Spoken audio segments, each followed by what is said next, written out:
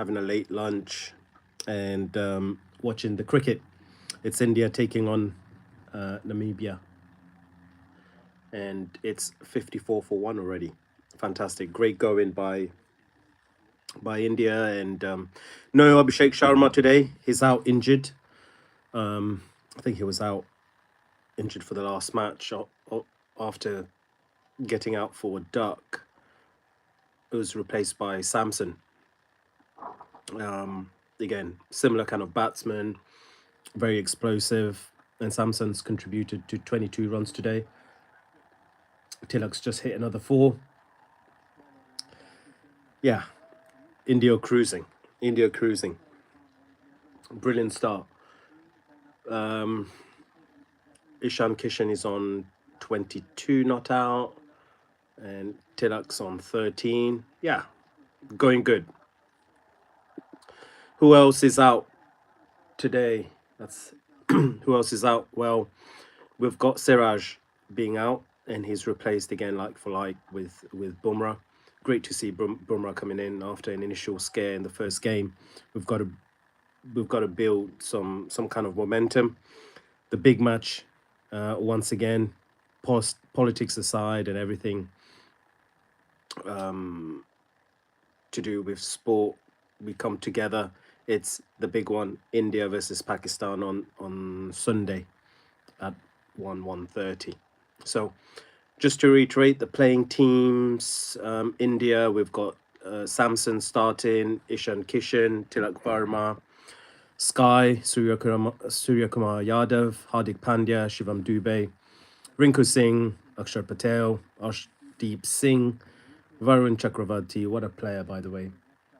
Varun is in at 10 and Bumrah at 11. So, yeah, that's the cricket. India won the toss. Finally, India won a toss. And they elected to bat first, put some runs, get players out there, get the openers, let them loose, get some runs. And then this evening, we've got the football. We've got Brentford hosting the Arsenal. That's going to be a terrific game. Brentford, the way they play, yeah, it's it's going to be a fantastic game. Brentford have how many points do they have at the moment? They're on 39 points, 3 points behind Liverpool, who won yesterday. So they're going to want to win and kind of like stay in touch, close the gap. They're having a brilliant season, and to think that they lost players, they lost Embuemo to Man United, and Embuemo was terrific for Brentford, but he's then come on to Man United and is our top scorer. So for Brentford to lose that caliber of player and still be as high as they are is fantastic. And the Arsenal, of course, they'll want to get back to winning, continue winning ways and lead the league by 6 points. Otherwise, everyone's catching up. So we've got a brilliant day of sport. Let's see the common skyline. You've got such a British accent. I hope that's a good thing or a bad thing. I'm not sure, but thank you for noticing. And I wanted to talk a little bit. I'll always take the opportunity to talk about Man United. Our boss, our owner, has come on having to apologize after offending some people after criticism about immigration. He's not wrong. I'm not siding with him. He's not wrong. But yeah, perhaps his choice of language could be a bit softer. And just with everything going on with politics, he's just got to stay out. You're the owner or part owner of the biggest club in the world. Just stay away from politics a little bit. But I also thought Keir Starmer backing that apology, that was just a political kind of like ploy, you know. I don't think. Oh, that's a big six. That's a huge six for Ishan Kishan. Brilliant. Takes it up to 229 sixes in the tournament. India on 74-1 after 5.3 overs. This is going to be a big score, guys. This is going to be a huge score. But yeah, coming back to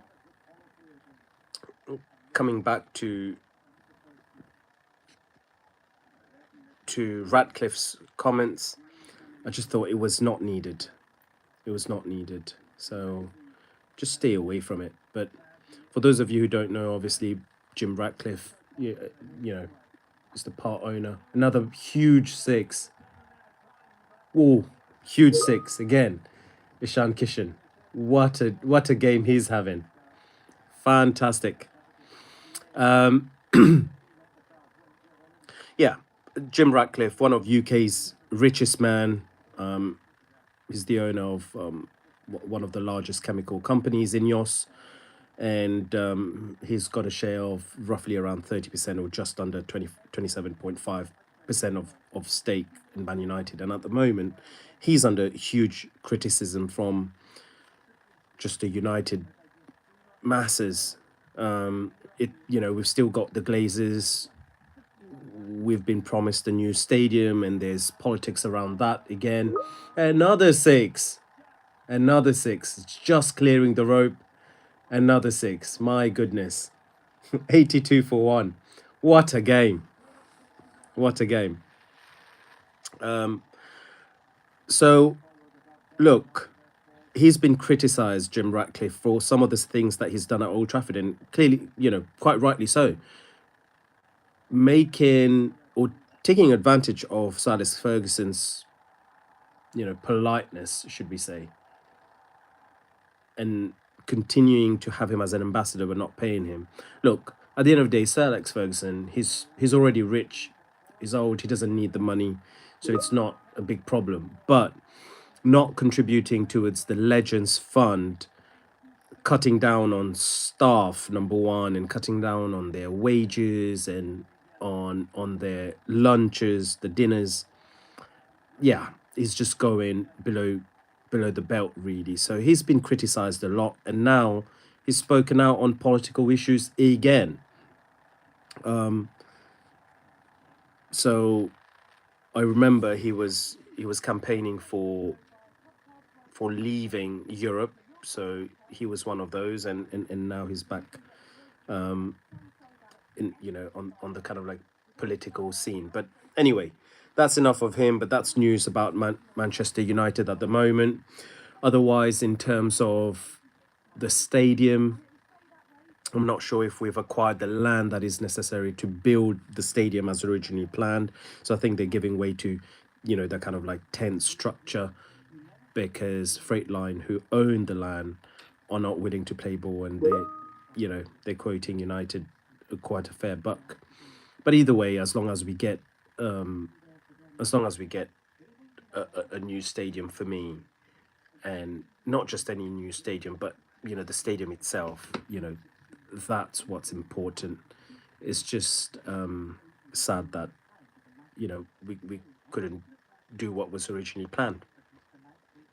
Anyway, I'll get back to the cricket now. Otherwise, in terms of the other cricketing news, Italy registered a victory today.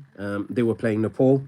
Nepal was super unlucky in their first game, but Italy ended up winning. Good to see a European country doing well in cricket. Another European country. Netherlands obviously played really well. Scotland are in there, and Ireland also play cricket. So great to see these European countries. Sri Lanka registered a big victory against Oman, winning by over 100 runs. So a good day of cricket. Yesterday, South Africa won on on the super over. Really, really tight game against Afghanistan. That's my cat being naughty there. Australia, speaking of Ireland, Australia ended up beating Ireland, and England lost a shock result against West Indies. So really tight games. T20, anything can happen, guys. On Tuesday, the Netherlands beat Namibia, who we're playing today. Netherlands won by 7 wickets. That was a dominating performance. Pakistan beat the United States. Again, not by the tightest of margins, but I think India also had a pretty close run against them. And then New Zealand beat the UAE. That was an emphatic win. Scotland beat Italy by 73 runs. That's on Monday. And Zimbabwe beat Oman, whilst South Africa beat Canada. So that's the update on the cricket. I'm going to get back to watching India demolish this Namibian attack. That's a pretty fortunate one, I've got to be honest. Tilak's got his half century. Sorry, Kishan's got his half century, and India are cruising on 90-1. So that's it really for the sports update. Now I hope I'll be able to give you another update after the football. Perhaps maybe I don't know, after the cricket finishes or after the football, we'll see. But thank you all, and have a good day.